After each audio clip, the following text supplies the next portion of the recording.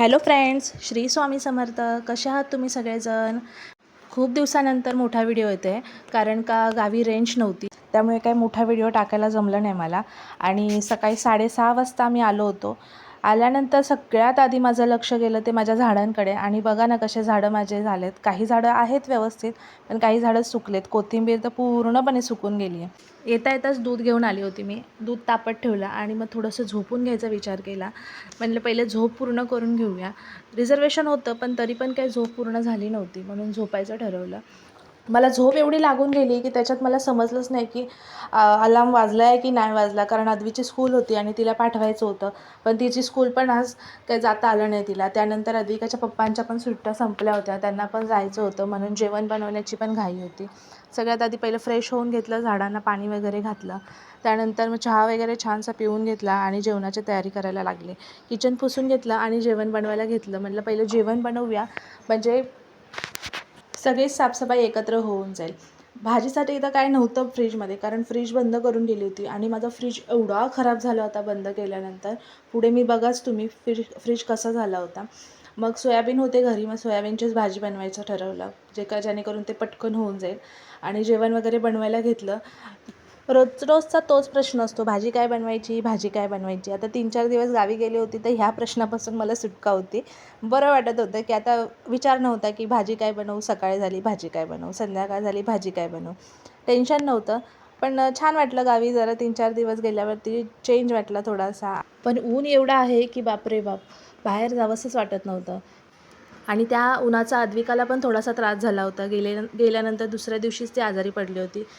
थोडासा तिला पण त्रास झाला, पण ठीक आहे, ती पण कवर झाली लगेच. आणि तिने पण छान असं एन्जॉय केला. मुलांना पण थोडासा चेंज हवा असतो. आता विचार आहे मला की मला माझ्या गावी जायचा, पण बघूया आता जमलं तर जाऊ. माझं गाव म्हणजे माझ्या मामाचं गाव, कारण माझी आई पण इथेच राहते, त्यामुळे माहेर असं काही गावाला वगैरे नाही आहे, इथल्या इथेच आहे. पण कधीतरी गावाला जायचं म्हणजे माझ्या आईच्याच घरी.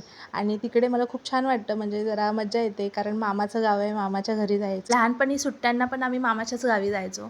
प्रत्येकाला मामाचं गाव म्हणजे एकदम प्रियच असतं. बघू आता योग आला तर जाऊ मामाच्या गावी.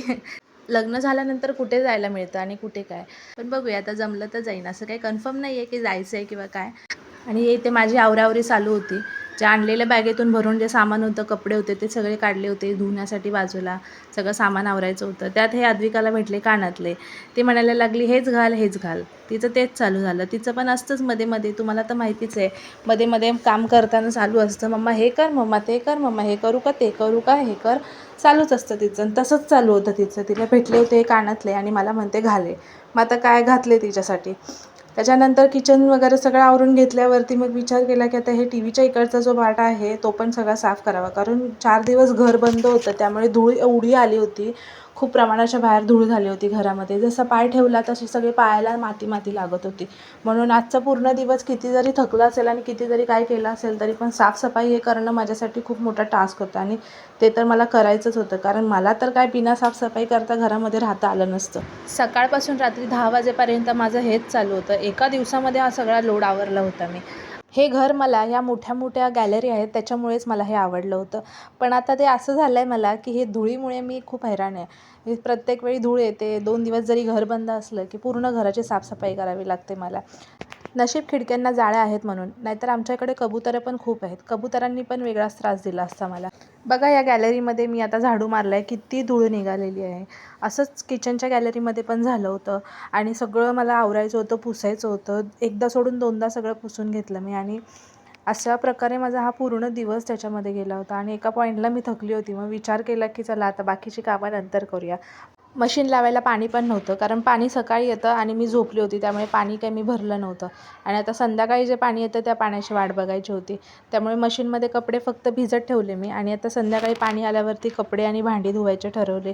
हे फ्रीज बघा माझं, फ्रीजमध्ये पण किती खराब झालेलं आहे सगळं. फ्रीज बंद होतं, थोडंफार सामान होतं त्यात, त्याला जरा बुरशी लागली. फ्रीज पण पुसून घ्यायचा होता, हे सगळे भांडी धुवायची होती. मग कमी पाण्यामध्ये जे काम होईल ते सगळं पटापट करून घ्यायचं ठरवलं. आणि मग फ्रीजचे सगळे जे पार्ट आहेत ते सगळे धुवून घेतले. हे बघा ही अद्विका, तिला पण मध्ये मध्ये करायचं असतं. ती पण आली फ्रीज पुसायला. म्हणलं चला आता जाऊ दे, हिला साईडला केल्याशिवाय आपलं काही काम लवकर होणार नाही, म्हणून तिला टी व्ही लावून द्यायची ठरवली, तिचं आवडीचं कार्टून. पेपा पिग हे तिला खूप आवडतं आणि ते पेपा पिग लावून दिलं की मग कशामध्ये मला डिस्टर्ब करत नाही ती. पण सारखं सारखं पण मुलांना टी व्ही बघायला लावून देणं पण चुकीचं आहे. पण काय करणार, कधी कधी आपला नाईलाज असतो, आपल्याला कामं आवरायचे असतात पटकन, कारण का तेच काम घेऊन आपण बसू शकत नाही. म्हणून मग तिला मी लावून दिलं पेपा पिग. ती तिचं पेपा पिग कार्टून बघत होती, तोपर्यंत मी माझी कामं फटाफट आवरून घेत होते. फ्रीजच्या आतमधले जे काय पार्ट आहेत, जे भांडी आहेत, ते सगळे धुवून घ्यायचे ठरवले. मग ते सगळे धुवायला घेतले बाथरूममध्ये. त्याला फटाफट धुवून घेतलं, सुकवून घेतलं आणि सुकल्यानंतर मग त्याला लावायचं पण होतं, मग ते पण काम केलं. आणि फ्रीज चालू केला थोडासा त्याला कूलिंग होण्यासाठी. आणि आता गरज होती थंड पाण्याची, पण आता फ्रीजचं काम असं आहे की ते साफ केल्याशिवाय तर त्याच्यात थंड पाणी वगैरे ठेवू शकत नव्हते. म्हणून पहिलं म्हटलं चला एक फ्रीज आवरून घेऊया आणि थंड पाण्याची बॉटल छान अशी ठेवून देऊया, कारण गरमीच अशी वाढली की काही केल्याने थंड पाणी पिण्याशिवाय ऑप्शनच नाही आहे. सगळं सामान फ्रीजमध्ये जसं होतं तसं लावून ठेवलं. हे जे चटणी वगैरे सॉस वगैरे जे काय आहेत ते हे सगळं फ्रीजमध्येच ठेवते मी. आणि आता छान स्वच्छ पाण्याने असं घर छान असं पुसून घेतलं, कारण सकाळपासून पायांना माती लागत होती. झाडू मारला तरी पण ते होतंच. आणि ह्या कैऱ्या आणलेत मी. ह्या कैऱ्यांचा मला आता मुरंबा बनवायचा आहे, जो मी गेल्या वेळी बनवला होता तो. पण आता तो कधी बनवू आता काय समजतच नाही आहे मला त्याच्यासाठी आता टायमिंग काढावं लागेल त्या मुरंब्यासाठी, कारण तो बनवला होता गेल्या वेळी, तो एवढा छान झाला होता, खूप टेस्टी झाला होता तो. बघू त्याला आता 1-2 दिवसामध्ये बनवून टाकेन, कारण जास्त दिवस ठेवलं तर मग परत त्या कैऱ्या खराब होतील आणि मग काय फायदाच नाही त्याचा. त्याच्यानंतर आता फ्रेश वगैरे झाली, आंघोळ केलं, जेवण वगैरे केलं, झोपून घेतलं आणि नंतर संध्याकाळी उठून मार्केटला गेली, कारण का भाजी काही नव्हतीच आणि भाजी आणायची होती. त्यामुळे थोडंफार भाजी घेण्यासाठी म्हणून मार्केटला गेली. आणि आता संध्याकाळच्या टायमिंगला माझं पाणी येतं, त्या पाणी आल्यानंतर मग मी बाकीचं आवरायला घेतलं. किचन वगैरे सगळं स्वच्छ धुवून वगैरे घासून पुसून घेतलं. भांडी धुवायची होती, त्याच्यानंतर मशीनला कपडे लावायचे होते, ते कपडे लावले मशीनला. मशीनचं काम चालू होतं कपडे धुवायचं, आणि माझं इथे काम चालू होतं. आणि अद्विकाला सेम सकाळसारखंच थोडंसं वेळ पेपा पिग बघ म्हणून लावून दिलं होतं. ते पेपा पिग बघणं चालू होतं तिचं. आणि हे सगळे अशी कामं आवरून वगैरे घेतली मी. आणि आता संध्याकाळचं जेवण काय बनवायचं असा प्रश्न पडला होता. पण संध्याकाळी काय आम्ही दोघीच होतो, कारण अद्विकाचे पप्पा ते जॉबला गेले होते आणि ते नाईटला पण थांबणार होते. त्यामुळे काही टेन्शन नव्हतं एवढं की काय जेवण बनवू किंवा काय.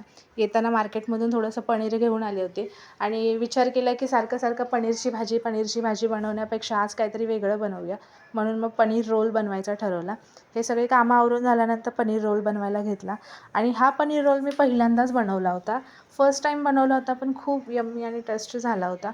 आणि अद्विकाच्या पप्पाला मिस करत होते मी, कारण का ते नव्हते तेव्हा खायला. म्हटलं जाऊ द्या, आता नेक्स्ट टाईम बनवेल ते असल्यावरतीच. शॉर्टकटमध्ये असा माझा पनीर रोल बनवून झाला आणि शॉर्ट व्हिडिओ मी चॅनलवर अपलोड केली आहे, तुम्ही एकदा जाऊन बघून घ्या.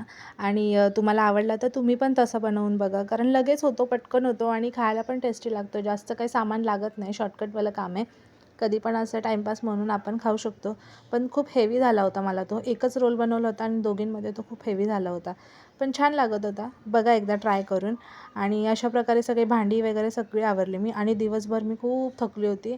मध्ये मध्ये थोडा आराम पण केला होता, कारण का रात्रीची झोप ती रात्रीची झोप असते, दिवसा तुम्ही किती पण झोपा किंवा काय.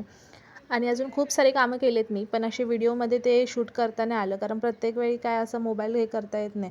मोबाईलला पकडत बसलं तर कामं जिथे 1 तासात होणार तिथे 2 तास लागून जातात. त्यामुळे थोडं थोडं दाखवून मी थोडक्यात आवरायचं